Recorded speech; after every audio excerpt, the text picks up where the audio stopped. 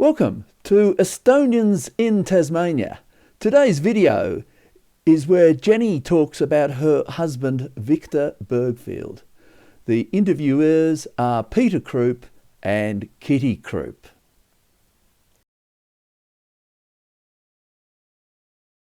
Well, I'm Jennifer Ann Bergfield and I'm living in Mount Stewart. And so Mount Stewart is in Hobart, more or less near the sides of our mountain in Tasmania. And so what are your connections to Estonia? Met my husband Victor. Yeah. And we got married in 1957. 1957, yeah, Yes. okay. And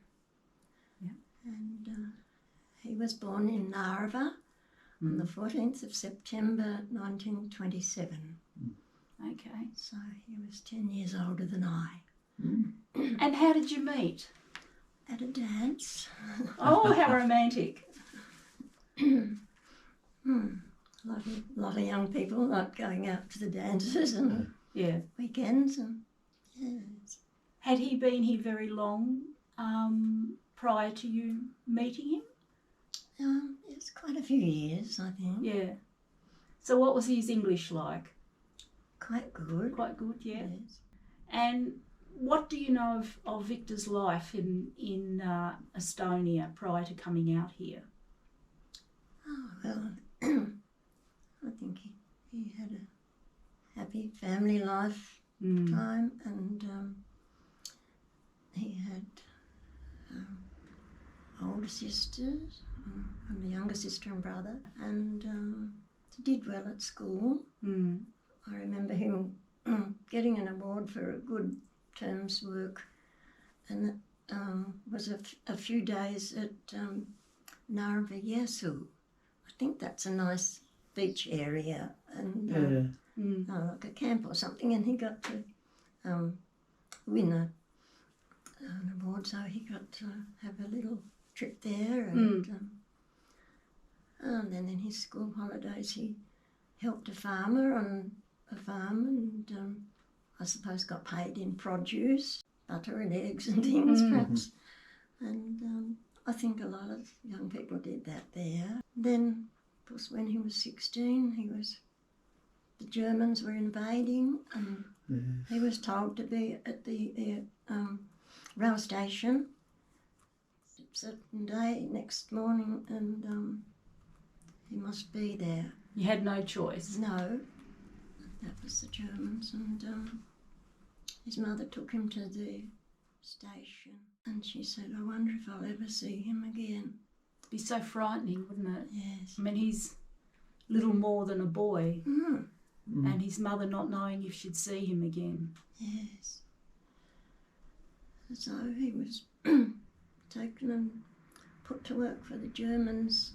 It was Opel, the motor car company, mixing trucks and things. Victor once told me a story about an experience he had escaping from a German prisoner of war camp. Now, we have Peter here as well. Peter's knows some of the story, and Victor's discussed the story with me. He's discussed it with you, but he never wrote it down. And I was thinking maybe the three of us can piece that story together, because it was pretty amazing. Yes. Why was he in this prison camp, German prison camp?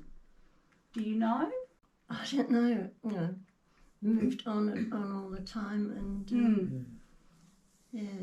I suppose accommodated there and put to work various things. But there's one story he told me about jumping from a truck. Yeah. You've heard that, did you? He and another young fellow, Estonian, I guess, and there were two Germans in the cab of the truck, and they were talking and laughing, and he thought they must be drunk, and the boys were being transported to somewhere to work, I guess, and the young fellows, they could see bombers coming or a bomber, and they thought, we're not safe on this, and they were banging on the cabinet trying to get the driver's attention. Yeah. They just ignored. And Victor said to his friend, I'm going to jump here. I'm not going to stay here and be... they must have slowed for a bend or something. He just jumped out. Wow. And rolled down the embankment and hid, and and a few minutes later they heard the explosion, and that truck would have been probably wiped out. And, Gee. Gee, that was lucky, wasn't yes. it? Yeah. And he said, to the end of his life, that's what started me having a back problem, jarring his back. Although he was young, Yeah. he hurt his back, but it saved his life. yes. Victor had this hobby where he was doing up radiograms and things here. It was quite a hobby, getting the really old vintage ones and getting them going again. Mm-hmm. And when he told that part of his story to me about him escaping from this prison camp, or perhaps it was a labour camp, if they were using him for labour, that he actually pretended when he was there that he had knowledge in that he was trained as an electrician. Mm-hmm. He said that, didn't he? Yeah. He wasn't. Well, but he said that. Somebody, I don't know whether when you were a boy, young people used to make crystal sets. Yes, I didn't, but my brother did. Yes. I remember my brother doing it too here at the tech school. Yeah. And so he could make crystal sets, and he had thought, this is my calling. I love this. Yeah. And he learnt what he could about it, electronics and things. Well, And he said to me that when he was in this camp, that he decided that he wanted to escape, and obviously there were guards there and soldiers watching them and making sure that no one got out, that he pretended that he had electrician skills or qualifications, and so they put him to work looking after their lights and all that sort of thing that was, and the electricity in the camp. And so he actually set it up for the power to fail. He said that he watched the guards at the gate and worked out when there was that changeover of guards, and there was a time when there wasn't anyone there, or they weren't watching properly or something as they were handing over, and that he made the electricity fail so that he could then get out. Do you remember any of that part of the story? yes, well, he made a blackout, so there were no lights near there. Yes, but I think it was when the Russians rounded them up, the ones that were turning 18. Okay. And, he was conscripted into the Russian army. And Right. he thought, there's no way I'm going to do this. This is what happened. Yes, Okay, yeah. He said, I am not going to be with the Russians. So he and another boy, Peter, I think he was Lithuanian, they said, we haven't got our uniform yet, so we're safe. But tomorrow, they say we're getting our uniforms, and then we recognise. And also, I think that's why he made that blackout. That's why he did that. Yeah. And so he said to me that when he did that, he got out through the gate. I believe some soldiers came looking for him, and he hid behind some bushes. Probably. And they had some dogs with them looking for him. And he said that the dogs were a bit distance from him, from where he was hiding, and they obviously knew he was there because they were barking. And he kept very still. And he said one of the soldiers, or one of the guards from this camp, said, it's a rabbit. That's why the dogs are barking, and turned around and went back. And so he continued on. Do you know what happened after then? Do you remember any of that part of the story? He said they used to just try and get further and further away by night, you know, and sort of they'd sneak into barns or under haystacks and or got something. eggs and all sorts of things. He was telling me, you know, he got farm produce, and some farmers helped him too, I think. Yeah, he told me there was a couple that helped him. Yeah. You know, in the forest somewhere or on a farm or something, and so they had to steal food and get food from the farms. Yeah, sometimes he said we'd find a few forgotten potatoes in a patch, you know, and they'd just eat raw potatoes. And I suppose you'd do anything when you're hungry. Yeah. That skill with electricity and making it fail in this camp that helped him escape. Then that continued on when he came here, because he was working with radiograms and you said the crystal sets and. Yes. What was it like for him when he first came to Tasmania? Did he ever speak to you about that? What it was like coming to a strange country? Yeah.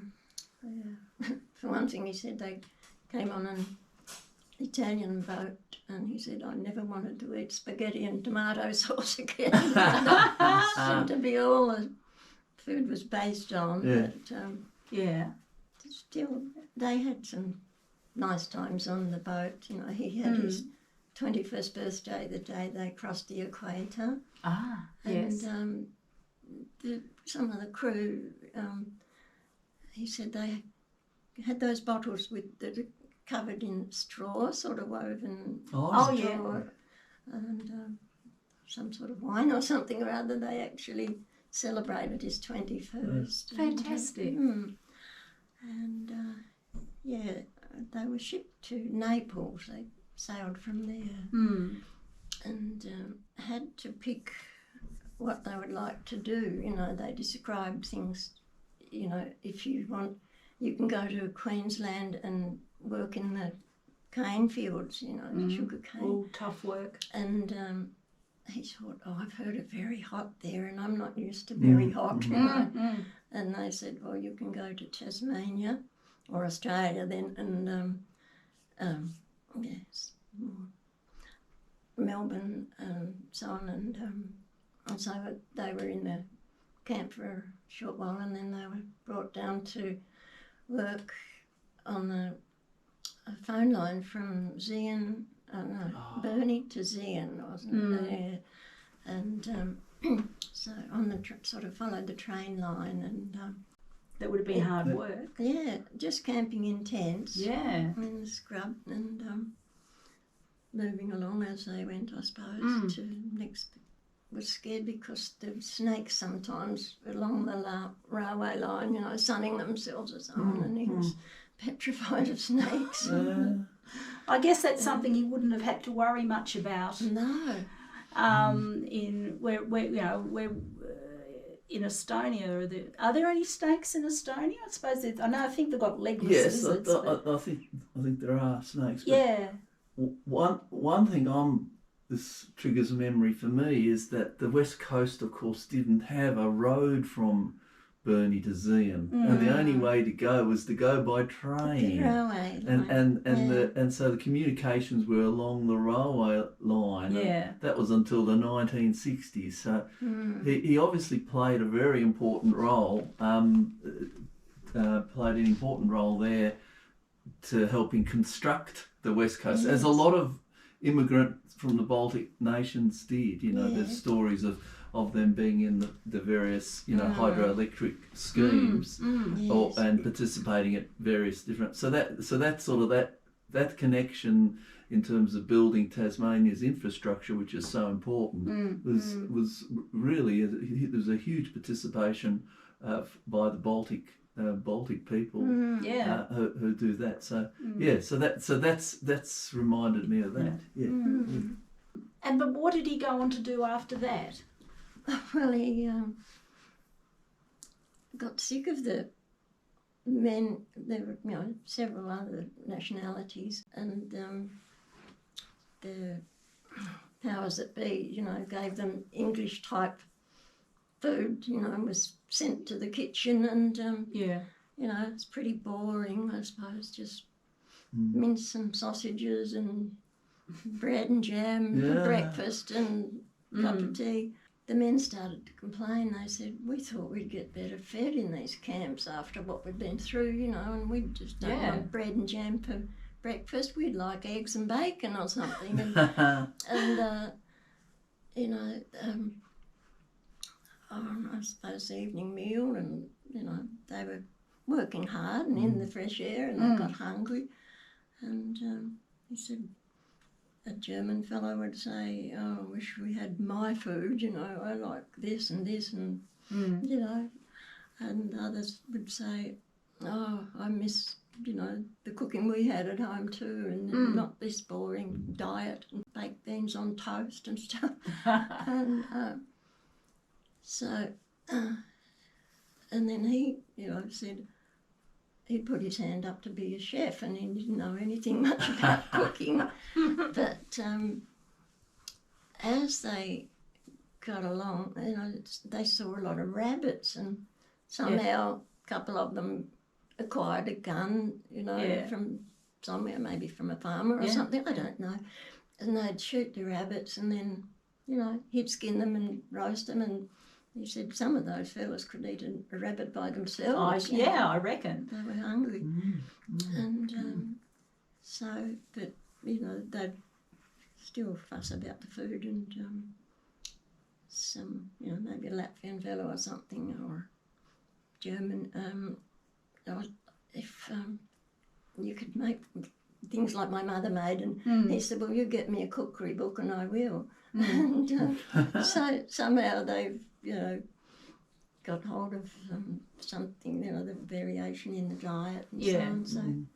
So, but he still worked along the line as well. And but one day he was down in a hole, I suppose they were replacing a post or something, and somehow a big rock fell in, and he virtually, you know, sort of supported it, and didn't want it to fall and crush his legs and feet, I suppose, and you know, yelling out, help, you know, get me out, you know, I'm hurting, and so on, and must have sort of crushed his chest, I don't know, and anyway, he was, you know, they realised it wasn't just first aid, they needed to have him seen to, and they took him to a hospital, and he was there for a few days. And then the powers that be, sorry, he's not in good shape, we better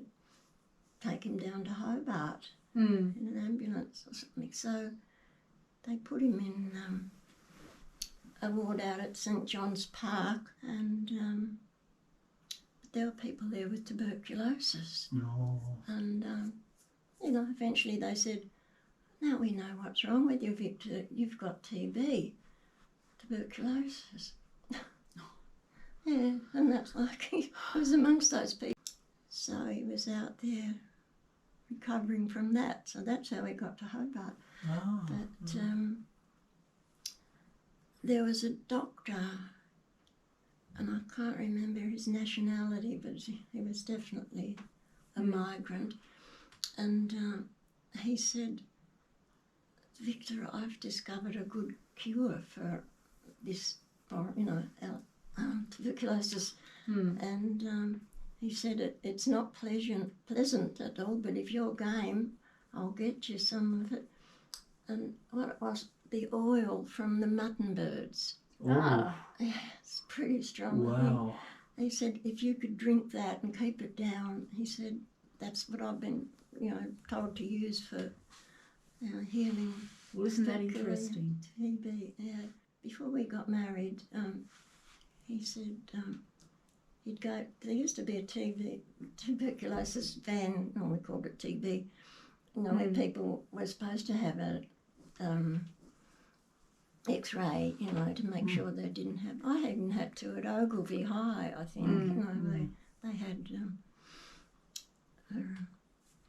clinics, and you had to check up. And so before we married, he went and had a check-up, and he said, "Look here, Jennifer, I don't have TB. I'm clear of it, and I just wanted you to know that I'm healthy." And yeah.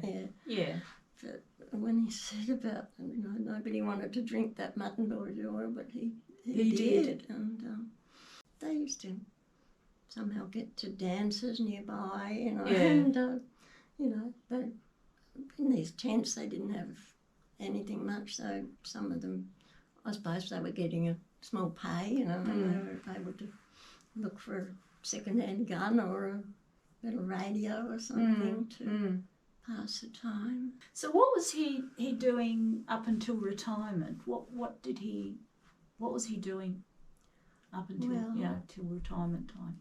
He just his last job was with the hydro, but he'd worked in anything to do with electronics. Like there used to be Watson's Wireless in Hobart. Yeah. Remember them? Yes, And remember. he got work there. He was he had to recuperate from the TB and get strong again. And there was a sort of convalescent place, Narina in Battery Point. Yes. And he was there, and still, learning electronics. Learning all the time. And he went to Barney Watson at Watson's Wireless, and he said, if I can show you how well I can build a radio or an amplifier, whichever it was, he said, would you be interested? And he said, too right. You get the bits and pieces and bring me what you can make. And he did that, and he got a job with them. Yeah, repairing radios and fixing. Wonder what year that would have been. Oh, goodness knows. Might be able to get In the a photograph. 50s. Might be able to get a photograph of it, of the Could place do, from back then. Yeah, I remember the name, but yeah. Yeah, I think it was in Collins Street. Collins Street, wasn't yeah. it? And they'd go to different big functions and put up the loudspeakers so people Oh, would okay. hear, and that was their job. But, and then for a while, just all before I knew him, and he worked in Sydney and Rockdale or somewhere, suburb out of Sydney, and And he didn't like Sydney. He wanted to. probably too hot or something. Yeah, because my grandparents they were thinking about Sydney, and they concluded very quickly that it was more jobs and opportunity, but just far too big and hot. So they came back very quickly, and I guess Victor thought the same. Yeah, perhaps. he didn't apparently stay there as long as he might have because of the weather. The weather, yeah, that's I suppose interesting. Tassie had grown on him a bit by then too. Yeah. Tasmania also, from my parents, I think they thought it was a smaller but safer place, a lot cooler, of course, but they thought it was a further away, hidden away. And after the World War II, they liked the smallness of it. Other people, of course, couldn't stand it because the opportunities were limited here. But I think that was the driver of some people here in Tasmania. It just felt safer. Yes, I think so. Yeah. Yes. Well, Victor, he actually changed his name before we were married. His family name was Cooklin, Kuklin, and I don't know where he found Bergfield, but then after we were married, somebody gave him an address of a crowd like Red Cross or something. And this fellow said, you can get in touch with these people and they will help you find if your parents are alive and got back to your home country and so on. And so he applied for that, and he said, I'll change my name from Cooklin, and because he was always thought the Russians were still looking for him, and he thought if they found that he was still about, they might sort of punish his parents. They'd find the name Cooklin, and great fear, wasn't there? yes, he was fearful of that, and so at first he used to write as if he was his sister, Eugenia, because she actually migrated after him, and she was in Bonagilla? Bonagilla. Bonagilla. Yeah. So where was that? Yeah. On the mainland? Victoria, was it? Victoria, New South Wales. I think Victoria, but yeah, we can find that We'll out. do some research. Yeah. A lot of migrants were there. His sister was, sort of widowed with 3 young children, and he wrote to his dad, and he said, "Remember that young man that used to be on the lower bunk from you?" Yeah, things like that. And they knew it was he. So he was able to maintain contact with his parents. Yeah. But he pretended to be his sister. Yeah, that migrated later. And we found that his mother was back in their home in Narva, but she didn't know where his father was. And he said, "Oh, I think Dad must be dead." But then somebody saw him. He was actually in Estonia, somewhere out of Narva. And I suppose he thought that she'd not come back to the year, and they were not far, a few kilometres apart. They were together again. They're reunited. Yeah. At the end, they were, That's wonderful. Yeah. There was that confusion after the war, I remember, with my mum and dad. It took them quite a number of years before they could make contact again with Dad's father, who was alive, and his mother, who were alive. My mum's parents came out here to Tasmania, of course. But yes, there was that sort of long period, and I think, geez, other people might correct me, I think it wasn't until Mr. Stalin died in 1954, and then things freed up again. In prison, people were released from prison, political people, and I think there was that definite difficult period where people were lost and confused and took a long time. So that's yet another story. It's so interesting. It is. Yeah, they got reunited and it happened. So that's a very nice story. Oh, yes. This is fascinating because I only ever knew that one thing about him escaping from this camp or whatever it was. But all these other stories that are coming out that you've shared, this is something I certainly wasn't aware of. And it's just such a fascinating history. Well, I'm just thinking. So we were born. Well, I was born in 1959. Kitty in 61. So we do have some memories of the 60s. But what was after you got married? What was the 60s like here as a sort of younger married couple? Sort of what was it like to live here? Say, in the early 60s. Yeah. What's your memory of that? Gosh. Was it fun place or hard work? Baby straight away, and ended up another one a couple of years later, and so on. Friends that had married Aussie girls, of course, Tassie girls, and there was a couple, Alex Gurgel, and he was Ukrainian, and they met through mutual friends, I suppose, and they got married the same day as us. Oh, actually. really? And had children with similar names. Even they had 4 children, and they kept friends, till Victor died, and Alex has died since. And people that he met through the work, as well as. So did he ask you to cook Estonian recipes? Oh, yes. Did he get you Estonian recipes to cook, or did he do it himself, or what happened there?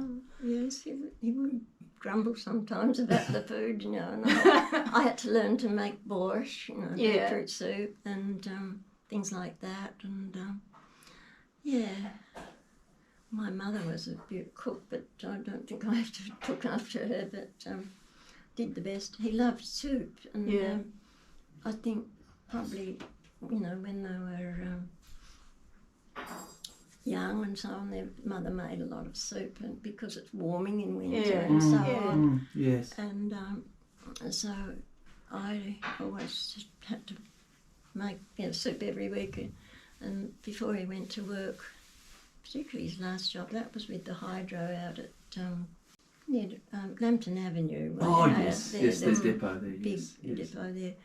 And he got a job doing the two-way radios on the trucks and so on. That was his last work. And so he would always ask for soup for breakfast instead of cereal or toast, you know. He'd say, that's a good start to the day. Yeah. You know, a bowl of soup. And people would laugh at him and say, fancy having soup for breakfast. But he was happy with that. Yeah. Met a Ukrainian named Ivan Yakovenko, and he was a very clever photographer, and he had his own studio in town. It was called Kira's Studio. His wife was Kira, and men used to gather there and have a scotch or so, and they didn't seem to get caught for drink driving those times. Well, they certainly were different. It's really only tightened up around about in the early 80s. The drink driving, particularly, and people used to take their chances very much so, I think. I noticed your room here. I mean, you made the borscht, and you know, Victor asked you to cook some of these sort of Estonian type foods and things. I also noticed in the room here, you've got there's a lot of things here that reflect the Estonian culture.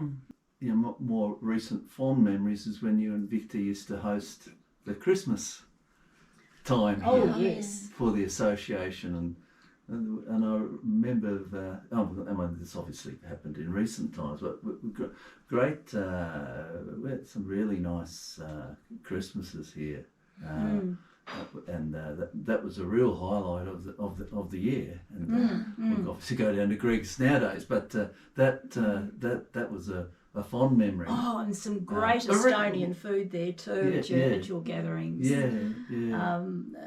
I mean, I came here to one of the Christmas gatherings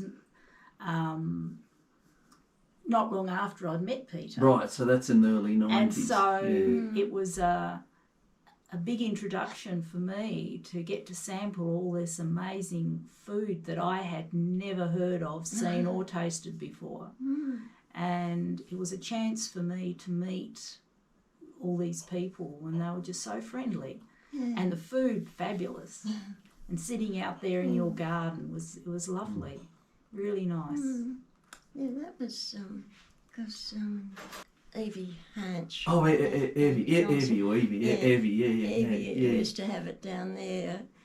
Yeah. And there was Blackman's Bay Way, and it was always nice there. And then she said, "Oh, I'm getting a bit tired of this." And, and Victor said, "We'll take it on then.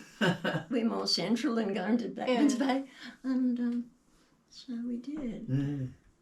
Yeah, it was lovely. Can you remember when you and Victor first went to the Estonian Association, or the Tasmania Esti, which is the correct name? But can you remember that?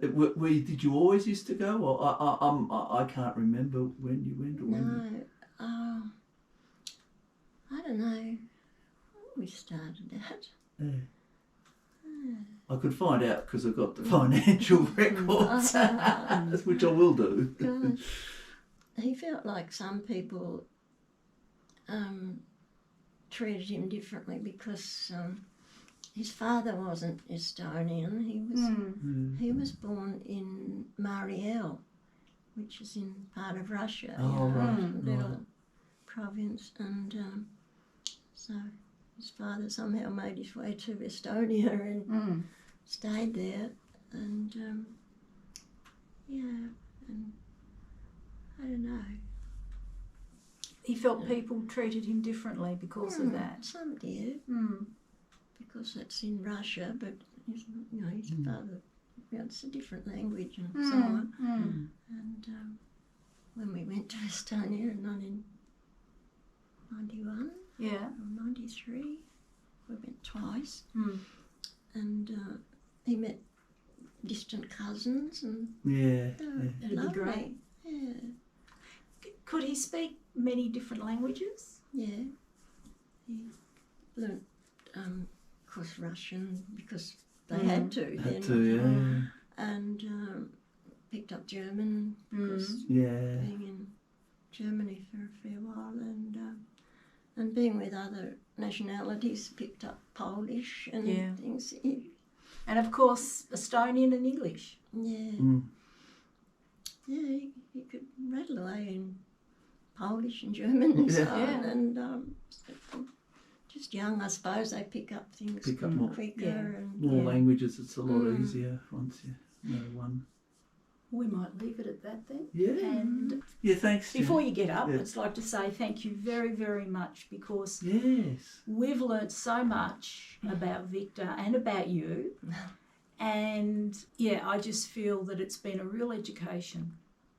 Yeah, so thank you for your time and for the memories, sharing the memories. No, it's